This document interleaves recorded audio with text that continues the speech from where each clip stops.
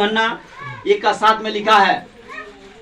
सभी सुनने वाले सुनिए। प्रभु वचन कहता है, पहला यूहन्ना 1 का 7 में लिखा है, प्रभु यीशु मसीह ने कहा, प्रभु ने कहा, ये मैं नहीं कह रहा हूं, लिखा है प्रभु यीशु मसीह ने कहा, मैं तुमसे सच सच कहता हूं। प्रभु यीशु मसीह ने कहा, मैं तुमसे सच सच कहता हूं, जो मेरा वचन सुनकर, लोग सुन रहे हैं, जो मेरा वचन सुनकर मेरे भेजने वाले की प्रतीत करते हैं। जिसको मैं भेजता हूं कि आपको सुसमाचार सुनाता है, बताता है, सिखाता है, उसके ऊपर प्रतीत करते हैं।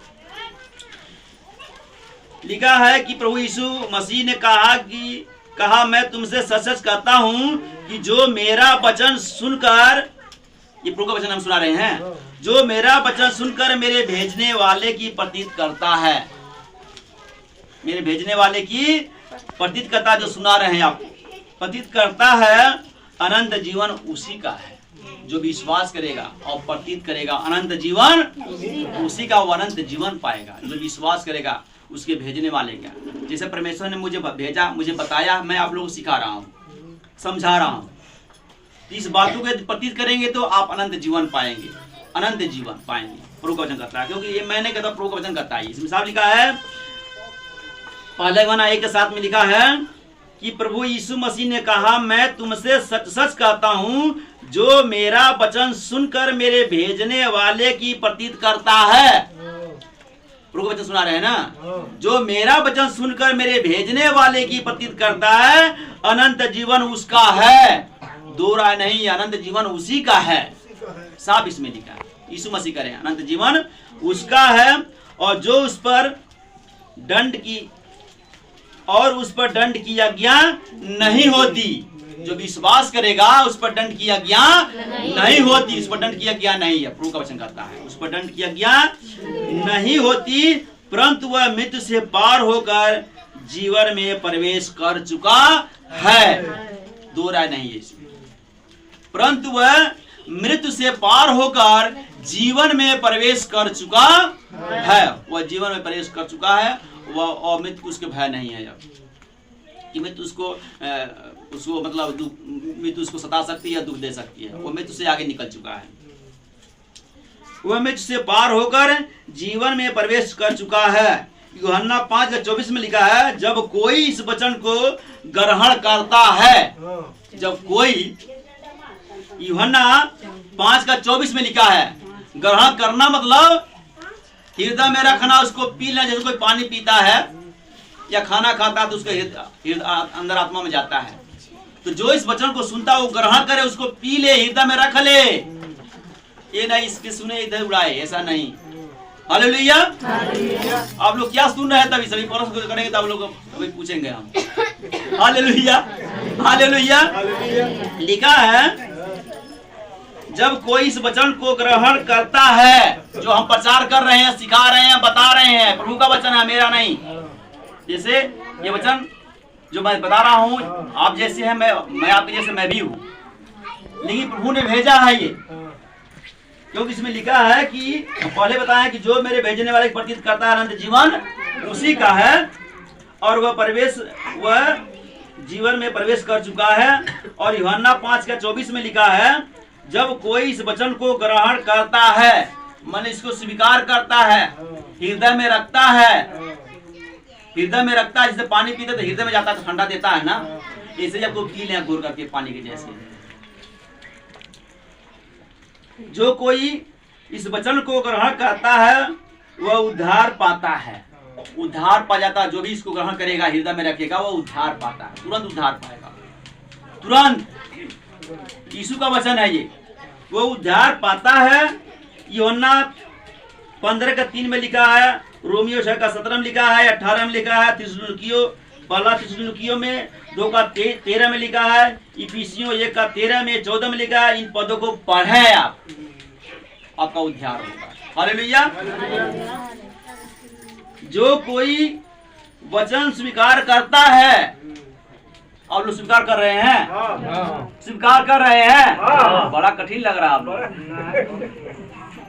स्वीकार करेंगे आसान हो जाएगा। लिखा है इसमें, जो कोई स्वीकार करता है। देखिए इसमें तुरंत आशीष से इसमें है, स्वीकार करेंगे, आशीष मिलेगा।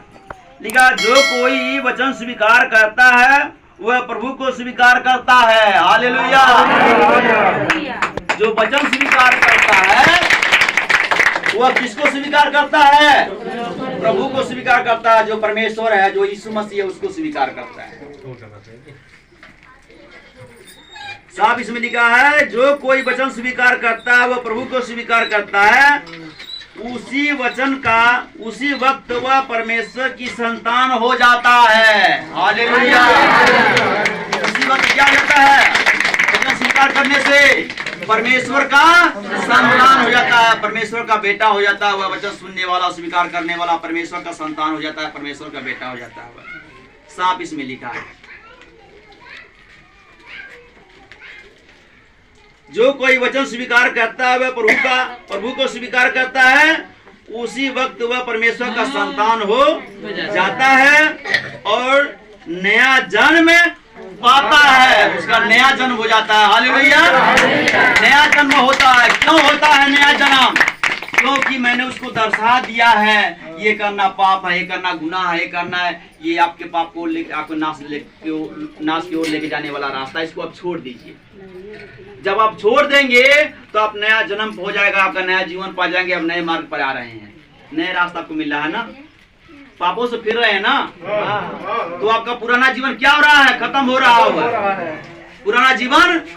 अब नया सिरे से आप जीवन पाएंगे कि अबे हमें अच्छा जीवन जीना है, अच्छा से रहना है, अच्छा से बातें करना है, अच्छा से बोलना है, अच्छा से उठना बैठना है, अच्छी दृष्टि से देखना हमें किसी को, हमारे हृदय से अच्छी वचन निकलेगी।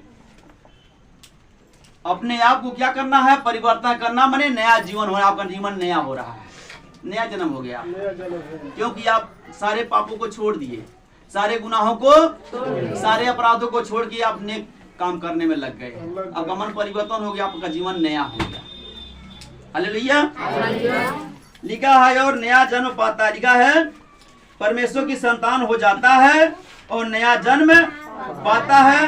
जब तक ऐसा नहीं होता, साफ लिखा है, जब तक ऐसा नहीं होता तब तक मसीह जिंदगी शुरू नहीं होती। जब तक आप इस जो हम बताए हैं, आपको सिखाए हैं, जब तक आप पुराने बातों को छोड़ के नए कार्य में नहीं लगेंगे तब तक आप मसीही जीवन आपका नहीं होगा, आप झूठे मसीह कहलाएंगे। हालेलुया। तो आपको हम पहले बता चुके हैं कि ये ना समझिए प्रभु में आ गए हैं तो आप स्वर्ग में चले जाएंगे, जितना मैंने बताया है सब छोड़ना पड़ेगा आपको। हालेलुया। छोड़ना पड़ेगा। इसमें साफ नीचे फिर आ गया है, साफ इसमें लिखा है कि जब तक ऐसा नहीं होता तब तक मसीही जिंदगी शुरू नहीं होती, सारे पापों को छोड़ना पड़ेगा। इसलिए साफ कहा गया है, यूहन्ना ने कहा कि मन फिराओ स्वर्ग का राज निकट है, पतरस ने कहा मन फिराओ स्वर्ग का राज निकट है, यीशु ने कहा मन फिराओ स्वर्ग का राज निकट है। मन फिराने का मतलब होता है कि आप सारे गुनाहों को छोड़ दें, बदलाव हो आपका, सारे पापों को छोड़ दें, सारे विधर्म को छोड़ दें, सारे कुकर्मों को छोड़ दें, सारी बुराई आपके जीवन से, आपके शरीर से जो होता है सारी गलतियों को छोड़ दें, बदलाव ला दें आप, तब आपका नया जीवन होगा, नया जन्म पाएंगे। कितना बड़ा चोर आता लेकिन जब मारा ले जाता तो उसकी छुटकारा गवर्नमेंट कर देती है। जानते नहीं जानते हैं आप लोग? सरकार छोड़ देता है, साधु हो जाते हैं, छोड़ देता है गवर्नमेंट, कहता है यार ये अपना धर्म बदल दिया है, अब ये भगत हो गया, छोड़ो इसको, अब ये रास्ता बदल दिया है। जैसे आप अपना रास्ता बदलेंगे वैसे ही परमेश्वर आपको, आप परमेश्वर का संतान हो जाएंगे और आपको कोई दोष नहीं लग सकता, ठोकर नहीं दे सकता।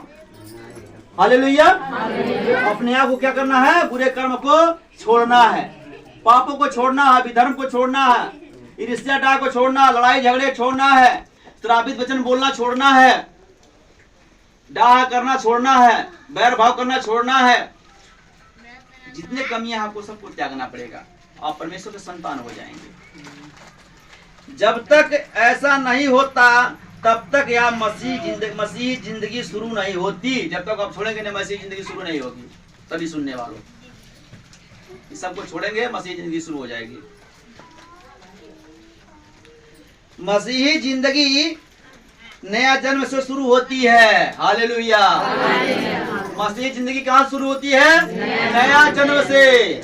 सारे बुराइयों को छोड़ो, जो पुराना तू कुकर्म करते थे सारे सभी को छोड़ दो। उसको कितनी बुराई कुकर्म किए पहले, उसको छोड़ के आप नए कर्म करिए। आप नया जीवन जीना चाहते हैं तो प्रभु के वचन को सुनिए, धर्मी बन जाइए, पवित्रता में रहिए, सत्ता में रहिए, सत्कर्म करिए। यही नया जीवन है। लिखा है जब तक ऐसा नहीं होता तब तक मसीही जिंदगी शुरू नहीं होती। मसीही जिंदगी नए जन्म से शुरू होती है। नए जन्म से पहले जो भी परिश्रम मनुष्य परमेश्वर के प्रसन्न करने के लिए करता है। सोचिएगा इस बात को, कितनों परिश्रम आदमी करे। लिखा है नए जन्म से पहले, जो ये सुनेगा तो नया जन्म होगा। इसके पहले जो नहीं सुना है, नहीं बदलाव लिया है, नए जन्म से पहले जो भी परिश्रम मनुष्य परमेश्वर को पसंद करने के लिए करता है, किसी काम का नहीं। साफ लिखा है जो भी आप परिश्रम करेंगे, दान दशवान भेटदान जो भी कुछ करेंगे आप, जो कुछ करेंगे आप, जब तक आप नए जन्म नहीं पाएंगे तो आपका पूरा जितनी आप कुछ भी करेंगे वो सब व्यर्थ है। साफ इसमें लिखा है, बाइबल पुस्तक में लिखा है। जब तक ऐसा नहीं होता तब तक मसीही जिंदगी शुरू नहीं होती। मसीही जिंदगी नए जन्म से शुरू होती है। नया जन्म शुरू होता है। नया जन्म से पहले जो भी परिश्रम मनुष्य परमेश्वर को पसंद करने के लिए करता है, किसी काम का नहीं आता। जो भी आप भलाई किए किसी काम का नहीं है। कब आपका भलाई होगा? जब प्रभु को स्वीकार करेंगे, यीशु मसीह को। तब जब परमेश्वर के सामने अपने पापों को मान लेंगे, तब नया जन्म पाएंगे आप। इसके पहले कुछ भी आप भलाई करेंगे सब व्यर्थ है। कुछ भी काम करेंगे व्यर्थ है। इसमें लिखा है किसी काम का नहीं आता। यह वह परिश्रम पौधों के रश्मेश जैसे नासमान शहरों के समान है। जो भी परिश्रम करता है मनुष्य के पहले, वह पौधों के रश्मेश जैसे नासमान शहरों के समान है। जैसे कोई शहर नाश हो जाए उसके समान है। सारा परिश्रम व्यर्थ है। जो यीशु मसीह को स्वीकार नहीं करेगा, नया जन्म नहीं पाएगा, सारे गुनाहों को नहीं छोड़ेगा, पापों को नहीं छोड़ेगा, अपराधों को नहीं छोड़ेगा, सारा परिश्रम व्यर्थ है।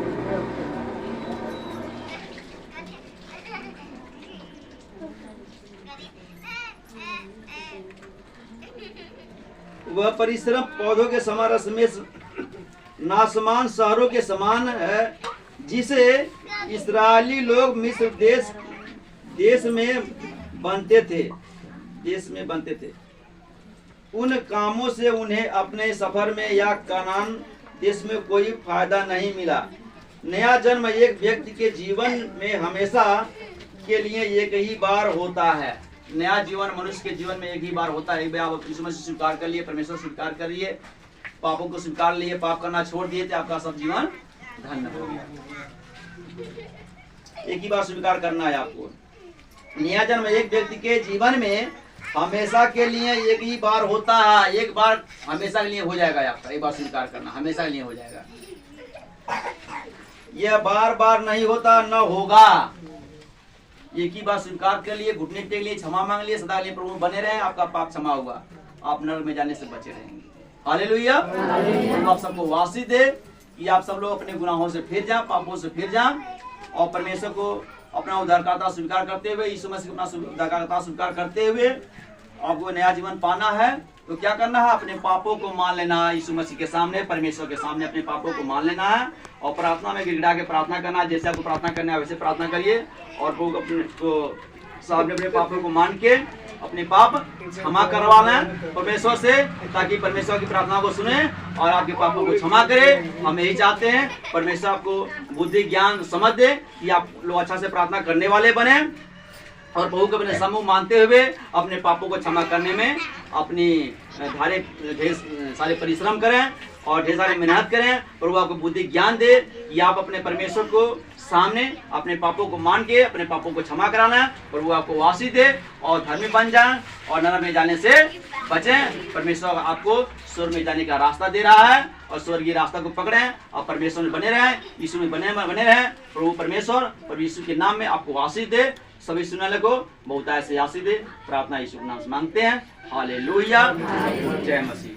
जय मसीह।